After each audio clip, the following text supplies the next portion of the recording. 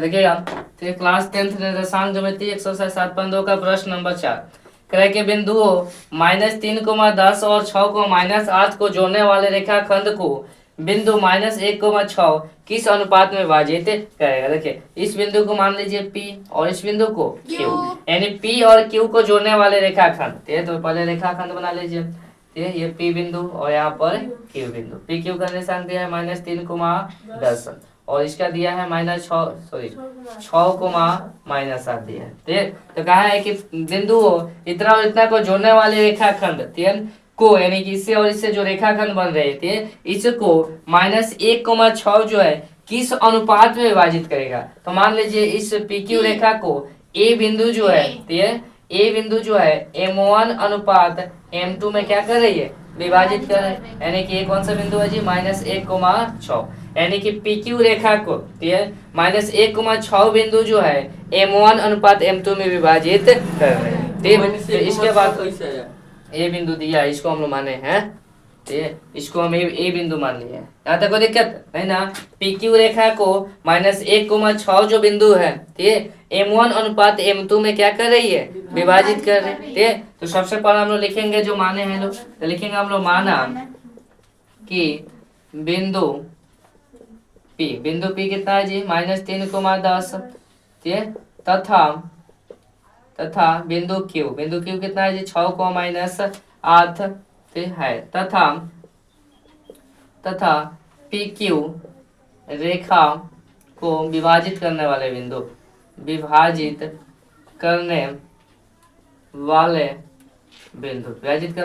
A, इसका निर्देशांक कितना है, -1,6 है। -1, क्या है जी, 6 है। अब ये विभाजित कर रहे थे, किसका प्रयोग करेंगे, विभाजन सूत्र का। ये तब लिखेंगे हम लोग, तब विभाजन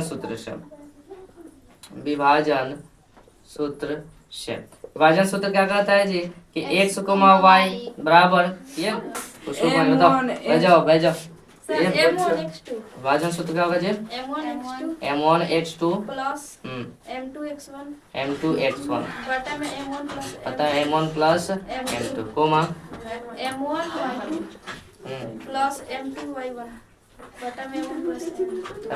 प्लस M2 भेजो। ठीक है, तो अब क्या होगा जी कि अब देखो, अब जो है यानी PQ रेखा को A बिंदु जो है कितना अनुपात विभाजित की है, M1 अनुपात M2 में विभाजित की है, अर्थात हमें इसका अनुपात निकालना है। ठीक, इसके अगले बार हम बताए थे अनुपात निकालने के लिए ये x का मान होता है, ये किसका होता है जी, x का, और ये y का मान होता है। ठीक, तो अनुपात निकालने के लिए बताए थे, यदि x वाला दिया है, ठीक, x और यदि दोनों बिंदु दिया है तो अब क्या करो, x वाले को बराबर कर दो या y वाले को बराबर कर दो। यदि x वाले को दिया है तो x वाले को बराबर करो, y वाले को दिया है तो y वाले को बराबर करो। लेकिन दोनों दिया है तो दोनों में से किसी एक को भी बराबर कर दो, या तो x वाले को बराबर कर दो या तो y वाले को बराबर कर दो। ठीक, हाँ, तो लेकिन हम क्या कर रहे हैं, x वाले को बराबर कर दे रहे हैं। ठीक है, तो x वाले को बराबर करेंगे तो x का मान कितना है जी, -1। ठीक है, यानी x का मान यहाँ पर देखो, इसको ये इसके बराबर होता है और ये इसके बराबर होता है, तो हम क्या करेंगे, इस x के बराबर हम इसको कर रहे हैं, तो इस x के मान कितना है, -1, तो -1 लिख दिए। ठीक है, बराबर। अब देखो M1 कितना है जी, तो M1 निकालना है, गुने x2 का मान कितना है, तो देखो हम लोग क्या करेंगे, इसको x1 y1 और इसको मानेंगे x2 y2, तो x2 का मान कितना है जी, 6। अब प्लस फिर M2 निकालना है, तो क्या होगा, M2 और गुने x1 के मान -3, अब बटे M1 प्लस M2 है तो क्या हो जाएगा, M1 प्लस M2 हो जाएगा। यहाँ तक कोई दिक्कत नहीं ना। अब देखिए अब क्या होगा जी, यहाँ पर क्या करो, ये -1/1 है तो क्या करो, -1 लिखो। ठीक है, और बराबर 6 में M1 से गुना कीजिएगा तो क्या हो जाएगा, 6M1 और प्लस और माइनस M2 में 3 से गुना कीजिएगा तो क्या होगा, 3M2 बता में M1 प्लस M2 हो जाएगा। यहाँ तक कोई दिक्कत नहीं ना। ये M1 प्लस M2 में -1 से गुना कीजिएगा तो माइनस प्लस माइनस, M1 में 1 से गुना कीजिएगा तो क्या होगा जी, -M1 होगा ना, -M1 होगा, और यहाँ पर प्लस और यहाँ पर माइनस, फिर M2 में -1 से गुना कीजिए तो -M2 होगा, बराबर। अब इधर देखो, इसके बाद हम कुछ क्या रहता है, एक।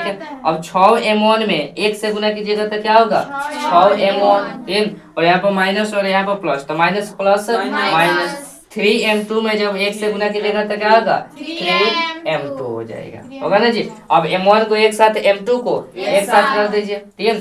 तो m1 इधर प्लस में इधर आएगा तो इधर क्या बचा है माइनस m1, और ये प्लस में इधर आएगा तो माइनस में 6m1 बराबर इधर क्या बचा माइनस 3m2।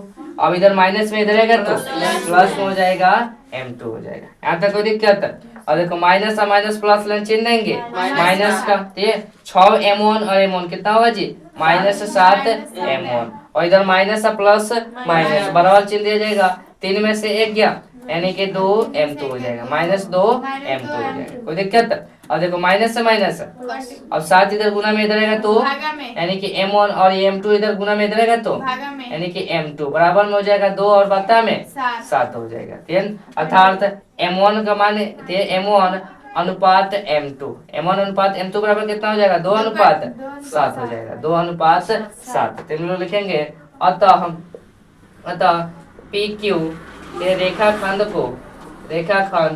को बिंदु A 2 अनुपात 7 में क्या करेगा जी विभाजित करेगा,